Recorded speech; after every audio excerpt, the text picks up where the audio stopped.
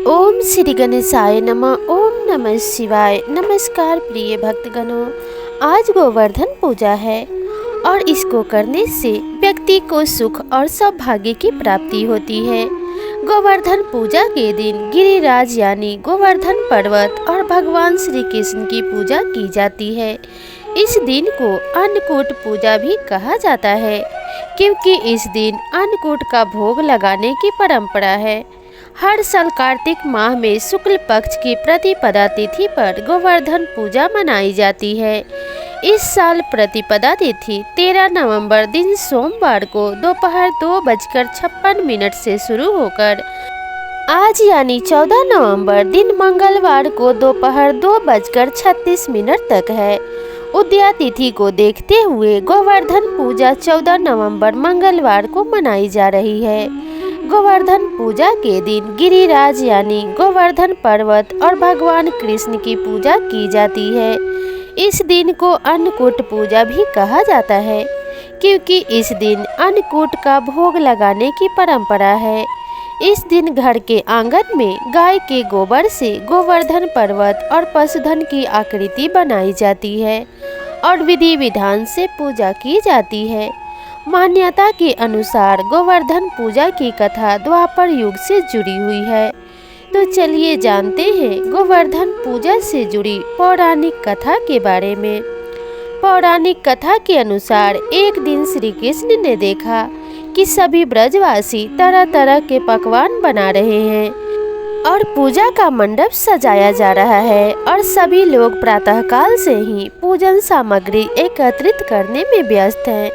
तब श्री कृष्ण ने यशोदा जी से पूछा, मैया आज सभी लोग किसके पूजन की तैयारी कर रहे हैं? इस पर मैया यशोदा ने कहा कि पुत्र सभी ब्रजवासी इंद्रदेव के पूजन की तैयारी कर रहे हैं। तब कान्हा ने कहा कि सभी लोग इंद्रदेव की पूजा क्यों कर रहे हैं? इस पर माता यशोदा उन्हें बताते हुए कहती हैं कि इंद्रदेव वर्षा करते हैं, जिससे अन्न की पैदावार अच्छी होती है और हमारी गायों को चारा प्राप्त होता है। इस पर कान्हा ने कहा कि वर्षा करना तो इंद्रदेव का कर्तव्य है। यदि पूजा करनी है तो हमें गोवर्धन पर्वत की करनी चाहिए, क्योंकि हमारी गायें तो वहीं चरती है और हमें फल फूल सब्जियां आदि भी गोवर्धन पर्वत से प्राप्त होती है। इसके बाद सभी ब्रजवासी इंद्रदेव की बजाय गोवर्धन पर्वत की पूजा करने लगे। इस बात को इंद्रदेव ने अपना अपमान समझा और क्रोध में आकर प्रलयदायक मूसलधार बारिश शुरू कर दी, जिससे चारों ओर त्राही त्राही होने लगी। सभी अपने परिवार और पशुओं को बचाने के लिए इधर उधर भागने लगे। तब ब्रजवासी कहने लगे कि ये सब कृष्ण की बात मानने के कारण हुआ है। अब हमें इंद्रदेव का कोप सहना पड़ेगा। इसके बाद भगवान कृष्ण ने इंद्रदेव का अहंकार दूर करने और सभी ब्रजवासियों की रक्षा करने के लिए गोवर्धन पर्वत को अपनी उंगली पर उठा लिया। तब सभी ब्रजवासियों ने गोवर्धन पर्वत के नीचे शरण ली। इसके बाद इंद्रदेव को अपनी भूल का एहसास हुआ और उन्होंने श्री कृष्ण से क्षमा याचना की। इसी के बाद गोवर्धन पर्वत के पूजन की परंपरा आरंभ हुई और उसी दिन से गोवर्धन पूजा मनाया जाता है। इसे गांव के लोग गोधन भी कहते हैं और बड़े ही धूमधाम से इस त्योहार को गांव की सभी स्त्रियां मिलजुल कर मनाती हैं।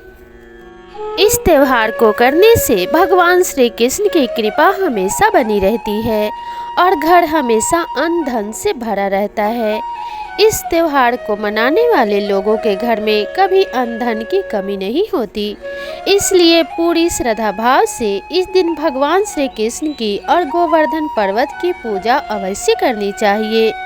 ऐसा माना जाता है कि गौ माता की पूजा करने से सभी रोग दोष शांत होते हैं और व्यक्ति को सुख समृद्धि की प्राप्ति होती है। तो इस दिन गाय को चारा भी अवश्य खिलाना चाहिए और गौ पूजा भी अवश्य करनी चाहिए। कार्तिक मास की द्वितीय तिथि 14 नवंबर को दोपहर 2:36 से शुरू हो जाएगी। इसलिए आज भाई दूज का त्यौहार भी है। तो सर्वप्रथम आप सभी को भाई दूज की हार्दिक शुभकामनाएं। आप सभी भाई बहनों का प्रेम हमेशा बना रहे और आप सभी भाइयों की आयु दीर्घायु हो। भाई दूज का पर्व उदया तिथि के अनुसार 15 नवंबर 2023 बुधवार के दिन मनाया जाएगा। भाई दूज का पर्व कार्तिक मास में दीपावली के बाद मनाया जाता है।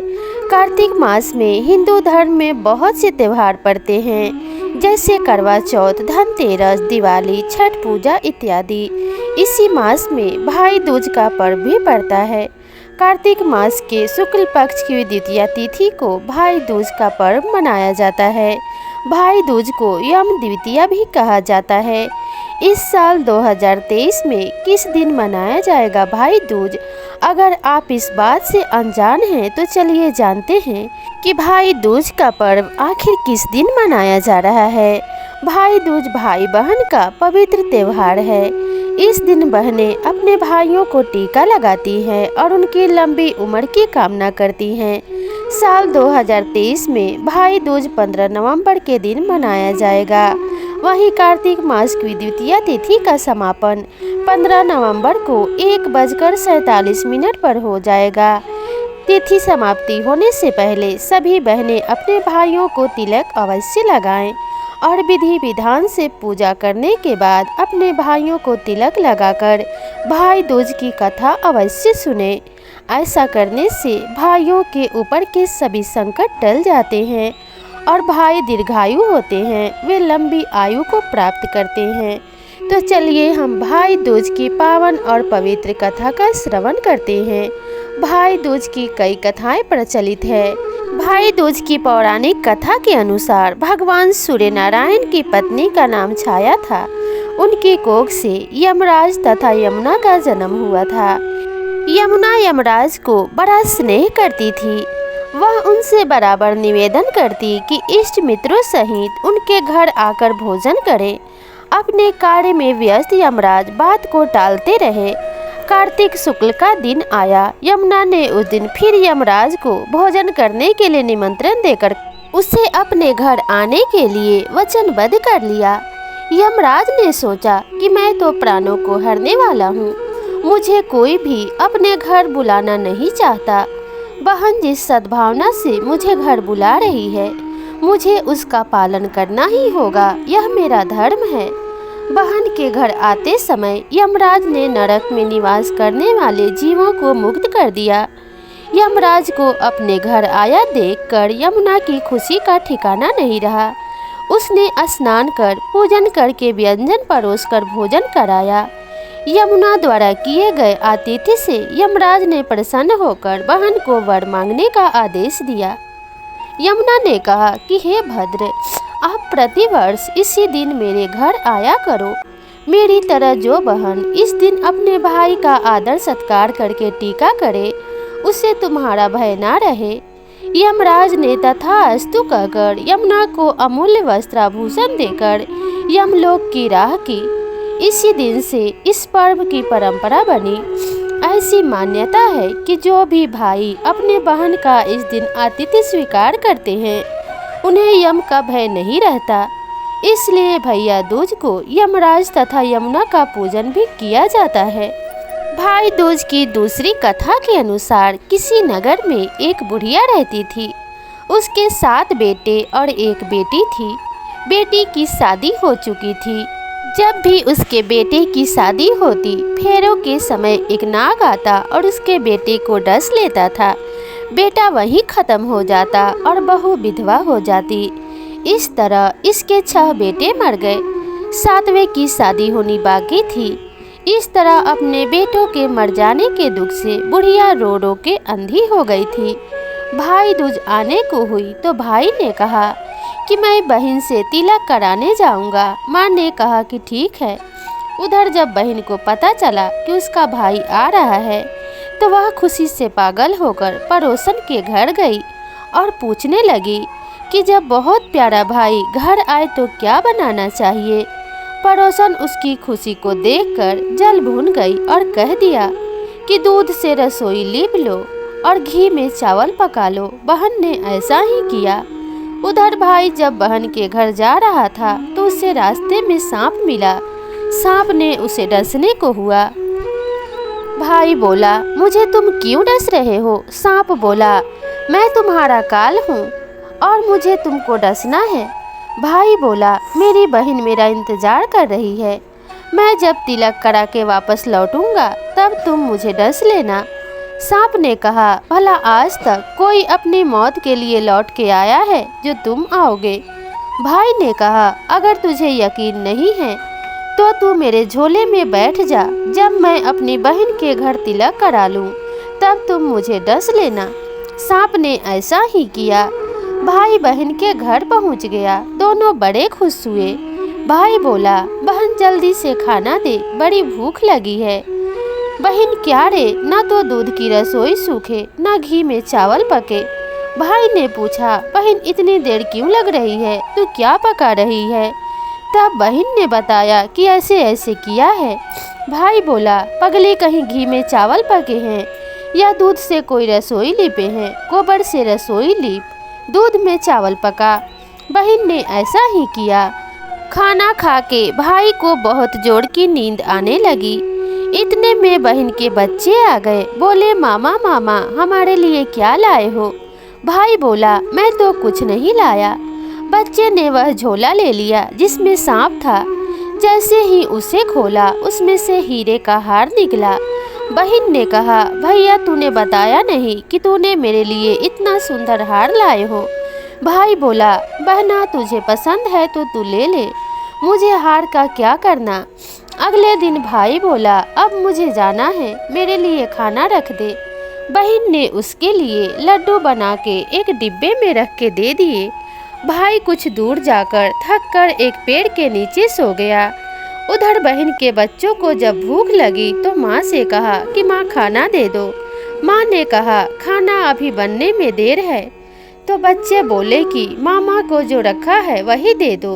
तो वह बोली कि लड्डू बनाने के लिए बाजरा पीसा था वही बचा पड़ा है, चक्की में जाकर खा लो। बच्चों ने देखा कि चक्की में तो सांप की हड्डियां पड़ी हैं।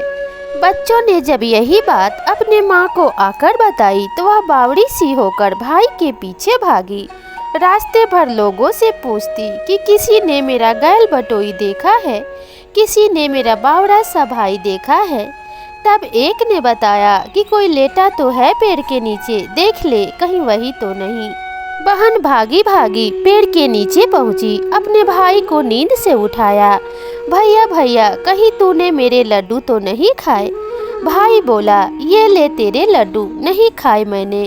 ले दे के एक लड्डू ही तो दिए थे, उसके पीछे भी भागी भागी आ गई। बहन बोली, नहीं भाई तू झूठ बोल रहा है, जरूर तूने खाया है, अब तो मैं तेरे साथ चलूंगी। भाई बोला, तू मान नहीं रही है तो चल फिर। चलते चलते बहन को प्यास लगती है, वह भाई को कहती है कि मुझे पानी पीना है। भाई बोला, अब मैं यहाँ तेरे लिए पानी कहाँ से लाऊं? देख कहीं दूर चल रही है, चला जा, वहाँ शायद तुझे पानी मिल जाए। तब बहन वहाँ गई और पानी पीकर जब लौट रही थी तो रास्ते में देखती है कि एक जगह जमीन में 6 शिलाएं गढ़ी हैं और एक बिना गड्ढे रखी हुई थी। तब उसने उस बुढ़िया से पूछा कि ये शिलाएं कैसी है? उस बुढ़िया ने बताया कि एक बुढ़िया है, उसके 7 बेटे थे, 6 बेटे तो शादी के मंडप में ही मर चुके हैं, तो उनके नाम की ये शिलाएं जमीन में गढ़ी हैं। अभी 7वें की शादी होनी बाकी है, जब उसकी शादी होगी तो वह भी मंडप में ही मर जाएगा, तब यह 7वीं शिला भी जमीन में गड़ जाएगी। यह सुनकर बहन समझ गई कि ये शिलाएं किसी और की नहीं बल्कि उसके भाइयों की नाम की है। उसने उस बुढ़िया से अपने 7वें भाई को बचाने का उपाय पूछा। बुढ़िया ने उसे बतला दिया कि वह अपने 7वें भाई को कैसे बचा सकती है। सब जानकर वह वहां से अपने बाल खुले करके पागलों की तरह अपने भाई को गालियां देती हुई चली। भाई के पास आकर बोलने लगी, तू जलेगा, कुटेगा, मरेगा। भाई उसके ऐसे व्यवहार को देखकर चौंक गया, पर उसे कुछ समझ नहीं आया। इसी तरह दोनों भाई बहन माँ के घर पहुँच गए। थोड़े समय के बाद भाई के लिए सगाई आने लगी, रिश्ते आने लगे, शादी तय हो गई। जब भाई को सहरा पहनाने लगे तो बहन बोली, इसको क्यों सहरा बांधेगा, सहरा तो मैं पहनूंगी, ये तो जलेगा मरेगा। सब लोगों ने परेशान होकर सहरा बहन को दे दिया। बहन ने देखा उसमें कलगी की जगह सांप का बच्चा था। बहन ने उसे निकाल के फेंक दिया। जब भाई घोड़ी चढ़ने लगा तो बहन फिर बोली, यह घोड़ी पर क्यों चढ़ेगा, घोड़ी पर तो मैं बैठूंगी, ये तो जलेगा मरेगा, इसकी लाश को चील कौवे खाएंगे। सब लोग बहुत परेशान, सब ने घोड़ी पर चढ़ने को भी बहन को दे दिया। जब बारात चलने की हुई तब बहन बोली, ये क्यों दरवाजे से निकलेगा, ये तो पीछे के रास्ते से जाएगा, दरवाजे से तो मैं निकलूंगी। जब बहन दरवाजे के नीचे से जा रही थी तो दरवाजा अचानक से गिरने लगा। बहन ने एक ईंट उठाकर अपनी चुनरी में रख ली, दरवाजा वहीं के वहीं रुक गया। सब लोगों को बड़ा अचंभा हुआ। रास्ते में एक जगह बारात रुकी तो भाई को पीपल के पेड़ के नीचे खड़ा कर दिया। बहन कहने लगी, ये क्यों छांव में खड़ा होगा, ये तो धूप में खड़ा होगा, छांव में तो मैं खड़ी होंगी। जैसे ही वह पीपल के पेड़ के नीचे खड़ी हुई, पेड़ गिरने लगा।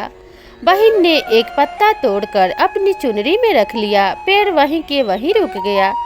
अब तो सबको विश्वास हो गया कि ये कोई जादू टोना सीख कर आई है, जो बार बार अपने भाई की रक्षा कर रही है। ऐसे करते करते फेरों का समय आ गया। जब दुल्हन आई तो उसने दुल्हन के कान में कहा, अब तक मैंने तो तेरे पति को बचा लिया, अब तू ही अपने पति को और साथ ही अपने मरे हुए जेठों को बचा सकती है। फेरों के समय एक नाग आया। वह जैसे ही दूल्हे को डसने को हुआ, दुल्हन ने उसे एक लोटे में भर के और ऊपर से प्लेट से बंद कर लिया। थोड़ी देर बाद नागिन लहर लहर करती आई, दुल्हन से बोली, तू मेरा पति छोड़। दुल्हन बोली, पहले तू मेरा पति छोड़। नागिन ने कहा, ठीक है, मैंने तेरे पति को छोड़ा। दुल्हन, ऐसे नहीं, पहले 3 बार बोल।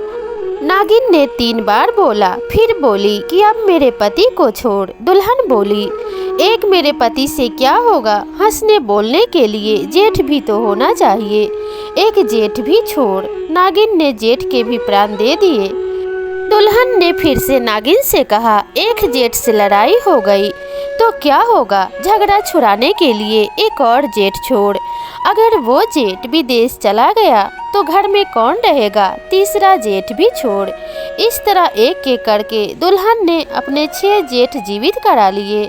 उधर रो रो के बुढ़िया का बुरा हाल था कि अब तो मेरा 7वां बेटा भी बाकी बेटों की तरह मर जाएगा। गांव वालों ने उसे बताया कि उसके 7 बेटा और बहुएं आ रही हैं, तो बुढ़िया बोली, अगर यह बात सच हो तो मेरी आंखों की रोशनी वापस आ जाए और मेरे सीने से दूध की धार बहने लगे। ऐसा ही हुआ। अपने सारे बहू बेटों को देखकर बुढ़िया बहुत खुश हुई और भगवान को धन्यवाद देने लगी। बुढ़िया बोली, यह सब तो मेरी बावली का किया है, कहाँ है मेरी बेटी। सब बहन को ढूंढने लगे, देखा तो वह भूसे की कोठरी में सो रही थी। जब उसे पता चला कि उसका भाई सही सलामत है तो बहन अपने घर चली। उसके पीछे पीछे सारी लक्ष्मी भी जाने लगी। बुढ़िया ने कहा, पीछे मुड़ के देख, तू सारी लक्ष्मी ले जाएगी तो तेरे भाई भाभी क्या खाएंगे। तब बहन ने पीछे मुड़ के देखा और कहा, जो माँ अपने हाथों से दिया वह मेरे साथ चल, बाकी का भाई भाभी के पास रह। इस तरह एक बहन ने अपने भाई की रक्षा की और उसी दिन से भाई दूज का त्योहार मनाया जाता है।